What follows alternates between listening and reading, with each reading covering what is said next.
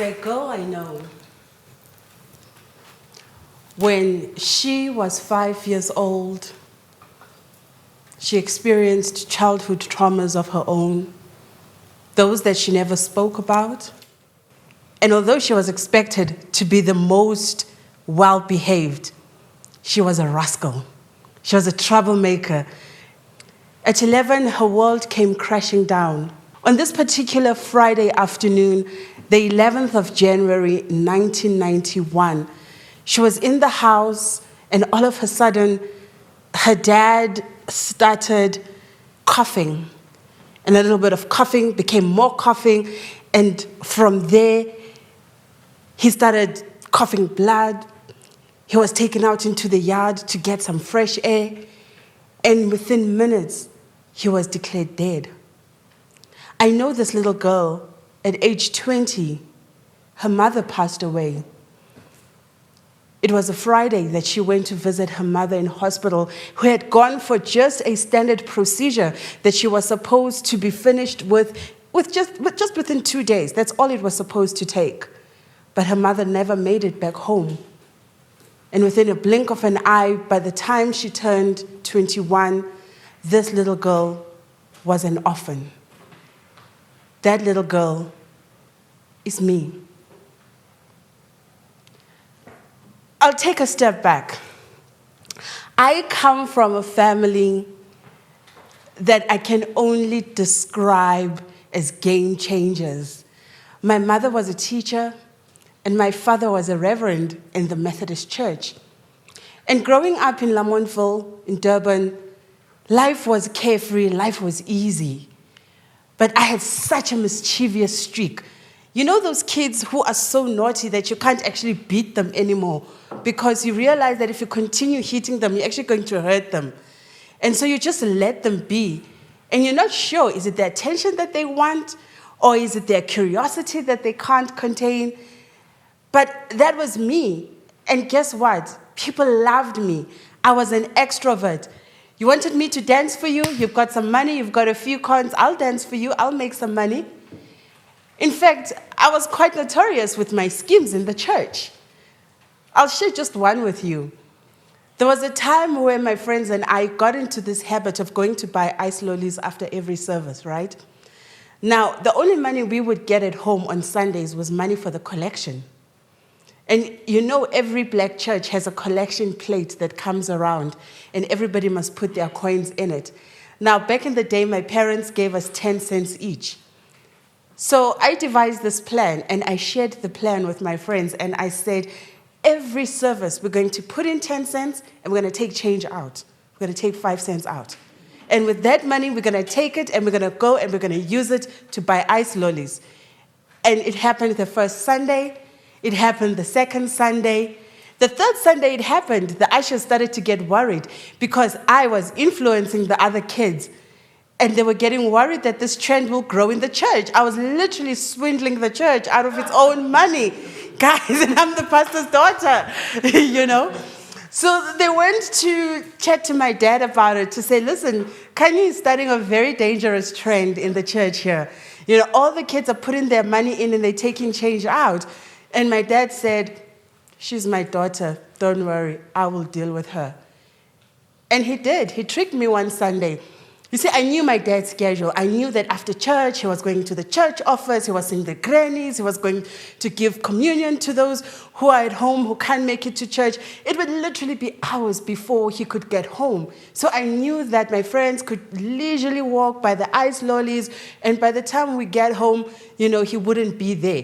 But this particular Sunday, he tricked me. He went straight home. And by the time we got home, my dad's car was in the driveway.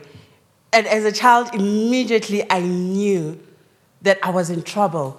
You see, I was wearing this yellow dress, bright yellow dress that was smeared in red ice lolly everywhere, from my mouth to my hands. I could not hide the evidence. And immediately I got home and my dad called me and he asked me, what happened to your dress? And immediately I said, nothing. But needless to say, I got the hiding of a lifetime. And then very next week, I told all my friends, guys, the scheme is off. It's off, it's off, it's off. I'll figure something out. We'll get into something new next week. And we did. However, my father died in a very peculiar way. And even 30 years plus after his death, I still have questions in my mind. He was only 46 years old. He was so young. He was so full of life.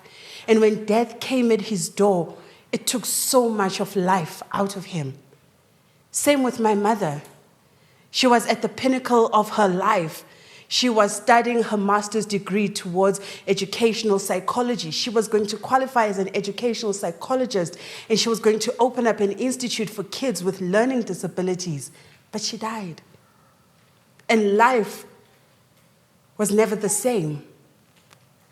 And so for me, immediately when my parents died, something happened inside of me where I knew that the meaning of life and being alive was bigger than just having breath in your lungs. There had to be meaning. And right now, we are in a very crazy time in South Africa where we're dealing with the COVID-19 outbreak. And I haven't been spared this calamity. I've lost matriarchs, people who were close to me, mothers who loved me, mothers who believed in me and my dreams. I've lost friends, I've lost colleagues. And in this earth-shattering time, it has actually challenged me to ask myself a number of questions. If death had to come knocking at your door today, how much of life will it snatch out of you? Will it find you full of life? Or will it find you sitting at the bus stop and waiting for your name to be called to the pearly gates? You see, grief experts say that there are 5 stages of grief. It's denial, it's anger, it is anger, and after that eventually comes acceptance. But how do we get to a place of acceptance when right now our daily reality is that when you're trying to just process one loss, another one happens and another one, and so we're sitting with these stagnant emotions and it's breaking away at us. How do we even start to assume a life of living when living itself has become an extreme sport? We're all just trying to stay alive. But in staying alive, there has to be a bigger purpose than just the breath in your lungs. I want to be alive with purpose.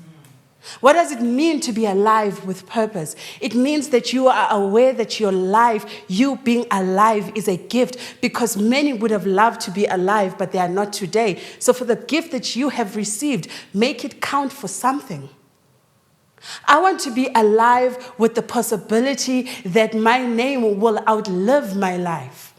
I want my name to be spoken of long after I'm gone, long after I've existed. There has to be a legacy that I live that says Khanyi Magubane was here. So what is my purpose? My purpose is to use my creative gifts for positive change in the life of others. Media is the platform that I have been given to execute this change, whether as a radio journalist, as a broadcaster, as an author, as a political commentator, as a TV producer. All of these are aligned within one specific purpose. And so the question that I'm challenging you to today is to ask you, do you know what your purpose is? And if you've answered yes, well, that's great. But if you don't actually know, now is the time for you to go on a journey of self-discovery. Break the monotony. Where is your spirit of adventure? Some of us have been using the same route to work and back. We know the routine. We know Fridays, 2 beers with the colleagues. Saturday, sports, watch the car. Sunday, it's church, visit family, eat family lunch, sleep. Monday, it starts all over again.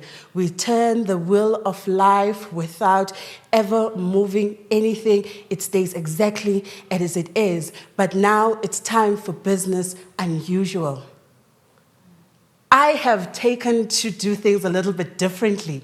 Yes, I have succumbed to the monotony of wearing 20% of my clothes 80% of the time, because you know what it's like, right? You find something you look good in, you feel good in it, you wear it all the time, right? You wear it all the time. Come on, guys, don't leave me hanging here. I know you wear it all the time, you know. But that's the thing. Let's change the monotony. There are things that we used to love to do that we no longer do. Some of us, we used to love gardening.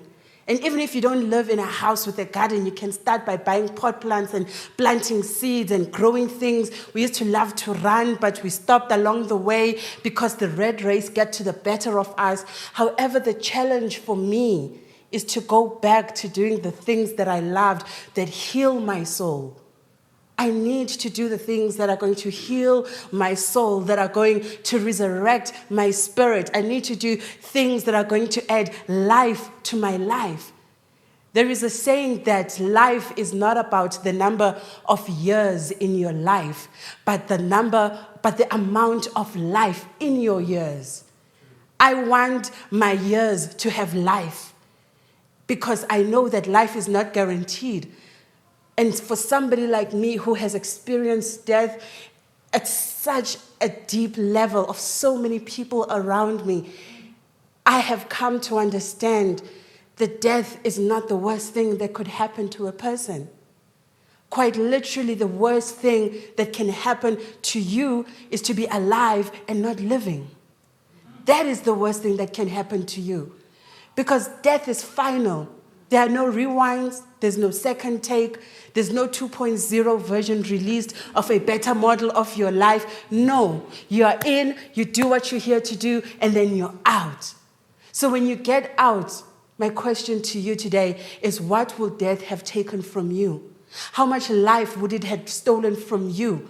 Because I want death to find me empty. I want death to find me when I've given it all, when I've shared and I've poured myself out fully. I don't want to die with dreams still unrealized. I don't want to die with conversations that I never had. And so I live each moment authentically because I understand that this gift called life is not guaranteed. But for this day that it is guaranteed, can it count for something? Can it count for something? Break the monotony. Be intentional about saying, I'm going back to the drawing table and I'm going to inject life into my life. No one is going to inject life into your life except for you. And if that life means that you are going to change the environment around you, if it means you have to move out of where you stay, rediscover your passions, change careers, whatever it is, life has proven to be too delicate and too fragile for us to hold on to things that are not even permanent to begin with. And so for life and for death, I say I want to live, not because I want to be alive. I want to live because I want my life, Khanyi Magubane, Khanyi Sile, Tobekile Magubane, as my parents have named me. I want my life to count for something.